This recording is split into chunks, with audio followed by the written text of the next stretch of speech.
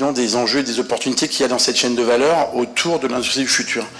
On ne peut pas implémenter une révolution numérique sans respecter des usages et une chaîne de valeur telle qu'elle est constituée ou telle qu'elle se reconstitue au fur et à mesure. Donc il faut prendre en compte des facteurs de transformation. Et puis après, il y a les technologies qui sont dans la chaîne de production, dont on parle énormément en ce moment, comme la réalité augmentée, la réalité virtuelle, la robotique, la cobotique, les machines intelligentes, l'IoT, les impressions 3D. L'idée, c'est comment je connecte ces technologies à mes référentiels. C'est les usages industriels dans la chaîne de valeur qui doivent nous guider, une chaîne de valeur qui est en constante évolution. À mon avis, les régions investissent.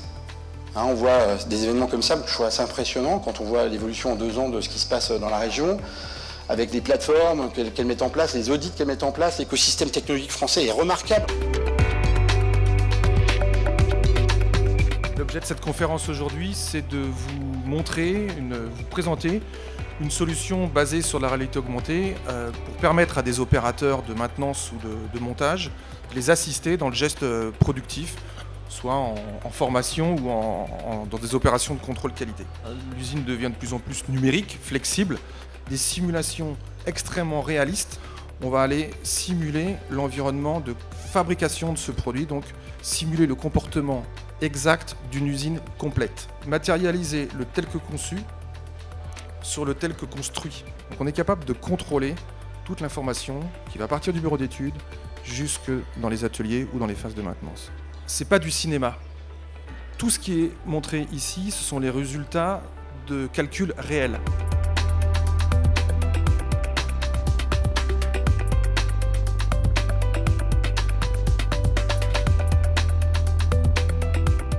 On va s'intéresser à cette petite pièce grise qu'on va venir optimiser. Optimiser pourquoi?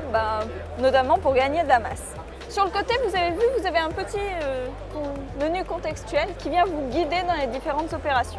Et on réalise ainsi l'optimisation topologique dans le cadre de la fabrication additive. On va venir reconstruire avec de simples traits et recréer ainsi toute la géométrie qu'on a vue optimisée.